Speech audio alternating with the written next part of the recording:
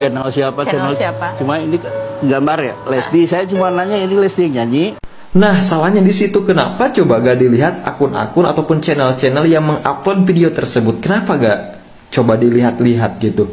Karena di akun Lesti, di akun resminya, tidak pernah sekalipun seorang Lesti mengupload video cover lagu tersebut, tidak ada.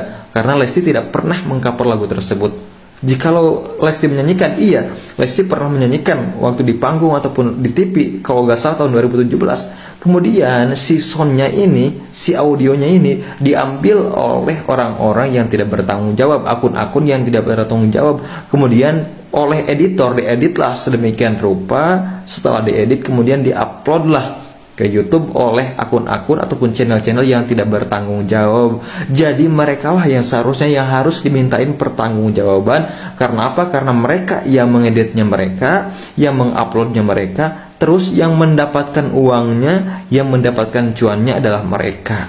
Lagi adem ayem tanpa huru hara, tiba-tiba Lesti Kejora dilaporin karena melanggar hak cipta lagu.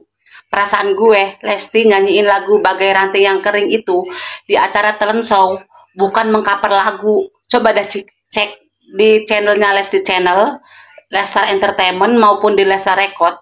Ada nggak tuh Lesti mengcover lagu Bagai Rantai Kering? Lagian, itu lagu, aturan tuh pihak TV yang dilaporin. Kenapa harus Lesti? Ibu kalau nyari duit, salah tempat Bu. Tapi kalau ibu mau pansos, ibu sukses. Karena udah ngebangunin Lesti Lover maupun Lestar Lover untuk komentar.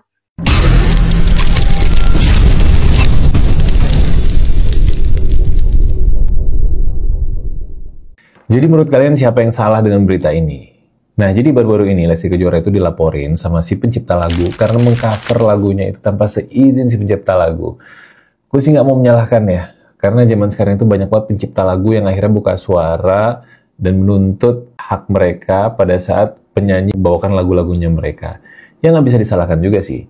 Cuma sayangnya kenapa sih nggak kayak dulu?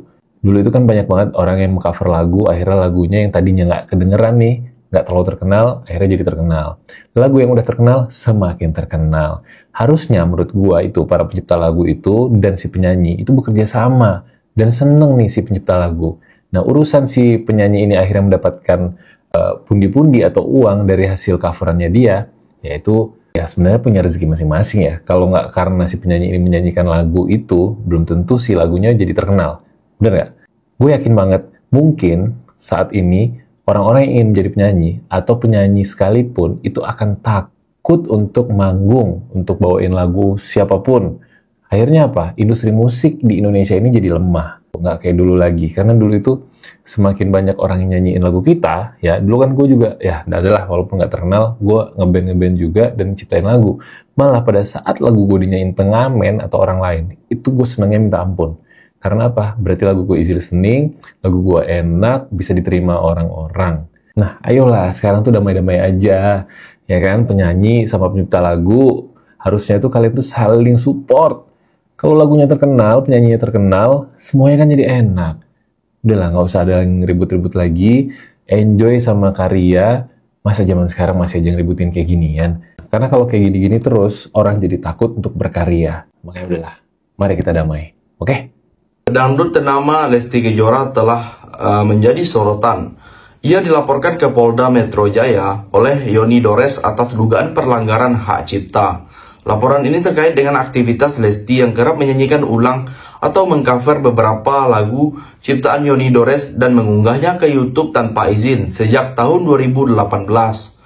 Laporan yang diajukan ke polisi pada 18 Mei 2025 tersebut menyebut bahwa Yoni Dores adalah pemilik hak cipta beberapa lagu berdasarkan surat pernyataan publisher dari PT ASKN.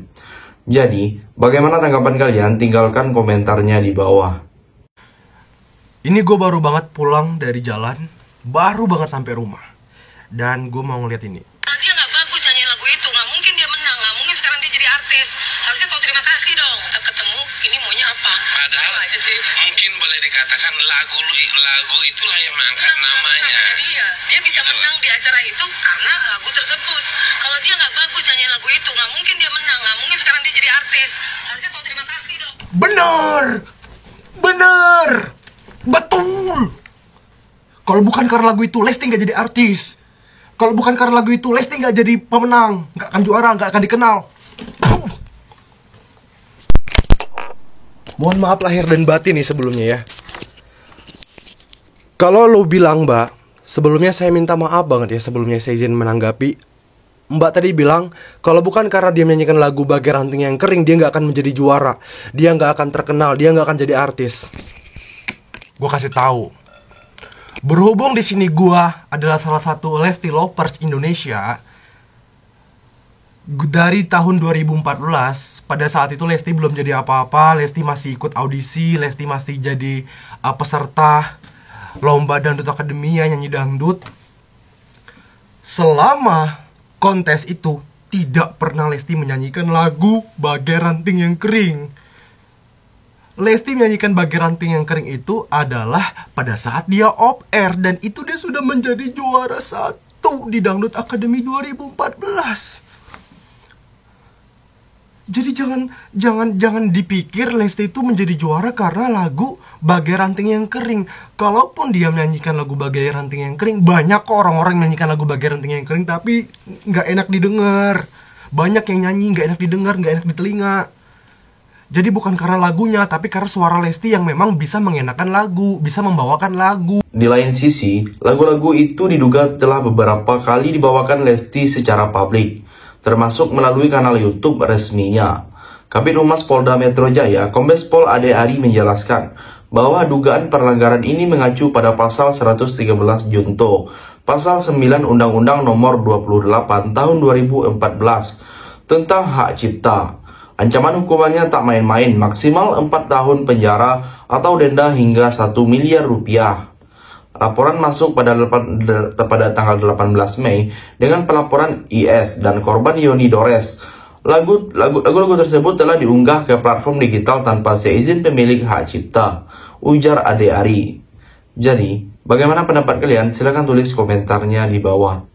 Lesti bernyanyi tahun 2017 dituntut 10 tahun gara-gara menyanyikan lagu itu, Kering-Kering, karena tanpa izin.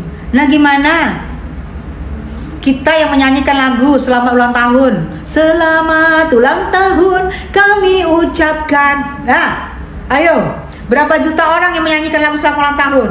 Hah? Ayo, kalau nanti dituntut mau berapa tuntutannya, mau berapa orang? Jutaan orang loh yang nyanyikan lagu itu. Penciptanya menuntut gimana tuh? Hah?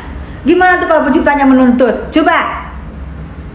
Itu yang maksud aku, ini undang-undangnya susah deh, undang-undangnya kayaknya tidak jelas. Apa sih undang-undang hak cipta itu, apa-apa aja yang dibolehkan, apa yang nggak dibolehkan. Jadi kita nggak ngerti ini.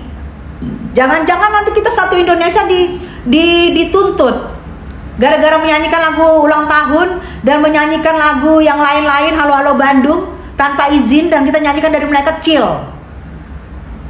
Kalau memang undang-undang itu berlaku untuk siapa saja, bukan untuk Lesti aja, untuk semua, karena undang-undang tidak tebang pilih. Bagaimana nih Bapak Mahkamah Agung? Uji materi dong. Bahaya juga kalau kita ini diancam dituntut 10 tahun penjara dan denda 4 miliar. Hampir seluruh rakyat Indonesia Pak sudah menyanyikan lagu ulang tahun Pak. Sebentar lagi penciptanya akan menuntut Pak. Ayo siap-siap. Maunya jelas ya undang-undangannya. Pusing gak sih? Lesti sabar ya Dek, sabar. Ini kita lagi bingung. Pokoknya kamu tenang-tenang, enak-enak kamu di sana lagi jalan-jalan bersama keluarga kamu, bersama anak-anak. Jangan pikirkan masalah topan yang berlalu. Biarkan topan berlalu, badai berlalu. Yang terakhir, menanggapi kabar ini, Lesti Kejora melalui kuasa hukumnya Sodrak Soskadi menyatakan bahwa pihaknya baru mengetahui laporan tersebut melalui media massa dan sosial. Kami juga menghormati keputusan saudara Yoni Dores melaporkan saudari Lesti Kejora kepada Kepolisian Republik Indonesia, karena itu merupakan hak dari setiap warga negara, kata Sodrak. Ia menambahkan bahwa tim kuasa hukum masih menunggu proses hukum lebih lanjut sekaligus mempelajari dasar pelaporan yang dilakukan oleh Yoni Dores. Jadi, sampai di sini bagaimana tanggapan kalian? Tinggalkan komentar di bawah sebanyak-banyaknya. Saya dari channel YouTube Segudang TV, pamit. Sampai jumpa.